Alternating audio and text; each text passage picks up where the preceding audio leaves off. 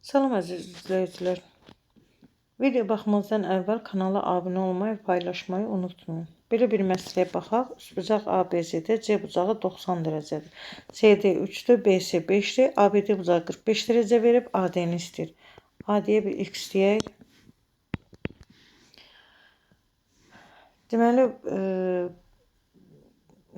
DCB üçbucağında bu bucağa alfa deyək.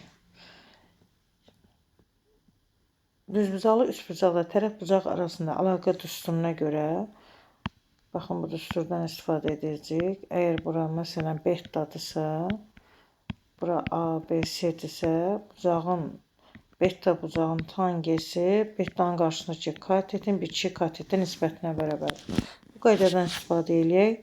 Deməli, tangens 45 dərəcə plus alfa.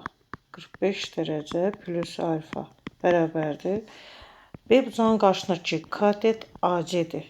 Yəni X plus 3'ün bitişik katetimiz isə B bucağının bitişik kateti isə 5'dir. 5'ə nisbəti. İndi sol tərəfi tangens düsturuna görə açaq. Tangens 45 dərəcə plus tangens alfa 1 minus tangens 45 dərəcə tangens alfa bərabərdir X plus 3 bölünsün 5'ə. Tangens 45'də 1 plus tangens alfa 1 minus tangens alfa bərabərdir X plus 3 bölünsün 5'ə. İndi tangens alfanı DBC üçbucağına görə tapaq. Tangens alfa bərabərdir. Qarşı kateti 3, bitişik kateti isə 5'dir. 3 bölünsün 5.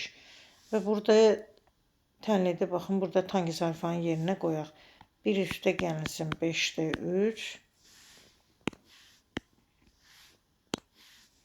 1 üstə gəlsin 5'də 3. Bölünsün 1 minus 5'də 3. Bərabərdir X plus 3 bölünsün 5'ə. Sürət olur 5'də 8. Məxrəc olur 5'də 2. 1'dən çıxanda 5'də 3. Bu da bərabərdir X plus 3 bölünsün 5'ə. Bu mərtəbəli kəsirik. 5'də 8'i 5'də 2'yə böləndə burada 5'lər gedir. 8 bölü 2 4 qalır. 4 bərabərdir X plus 3 bölünsün 5'ə. Çarpaz vuraq. 20 bərabərdir X plus 3'ə. X də bərabərdir 17'yə. Deməli, cavab 17'dir.